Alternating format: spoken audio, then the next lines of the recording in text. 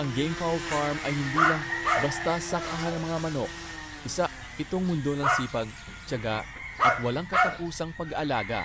Maagang gumigising, huling natutulog, at halos mas kilala mo pa ang ugali ng bawat tandang kaysa sa ilang tao. Dito, ang bawat tilaok ay parang alarm clock. At ang mga tandang ang pakiramdam ay sila ang tunay na may-ari ng lugar. Nakakapagod man, masaya pa rin dahil ang game fowl farm ay hindi lang libangan, kundi isang passion na puno ng kwento, tawanan at pagmamahal sa mga alaga.